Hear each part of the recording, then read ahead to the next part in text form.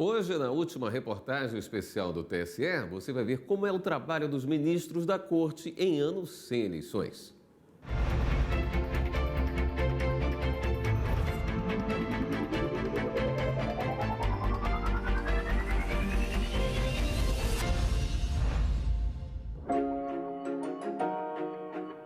Longe da agitação do ano eleitoral, um trabalho que muito eleitor não conhece. Você já ouviu falar em atividade jurisdicional? É o julgamento de recursos referentes a votações anteriores. Só no primeiro semestre deste ano, o TSE julgou 2.601 recursos.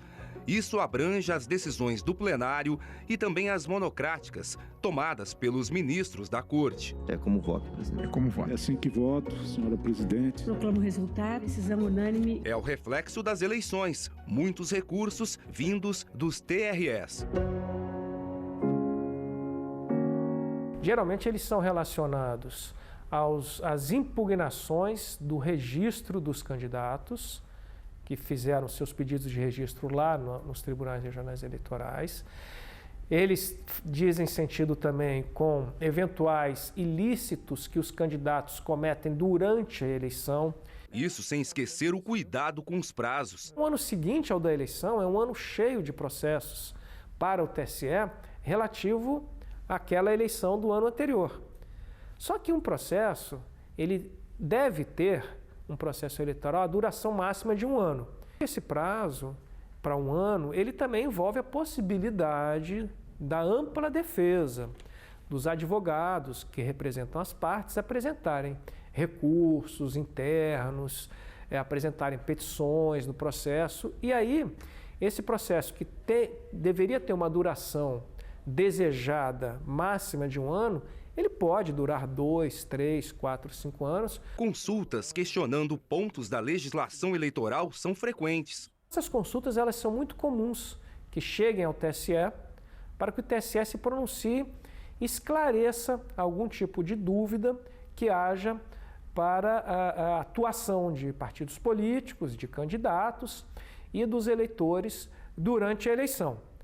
Essa resposta à consulta, ela acaba direcionando e servindo como orientação para o próprio TSE e para os TREs e para os juízes eleitorais, sem, entretanto, ter ainda uma produção assim de vínculo efetivo. A Justiça Eleitoral também tem um volume expressivo de trabalho na análise da prestação de contas de candidatos eleitos ou não.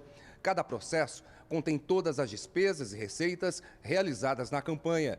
Nas eleições gerais de 2018, foram mais de 26 mil candidatos. E quando se fala em eleições municipais, o número é muito maior.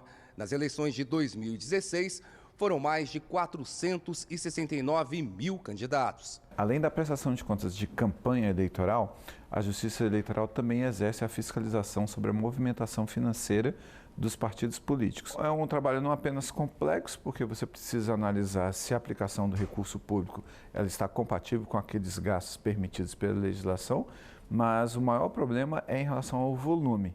Então, via de regra, cada exercício financeiro, o TSE está analisando cerca de 350 mil a 400 mil documentos por exercício financeiro.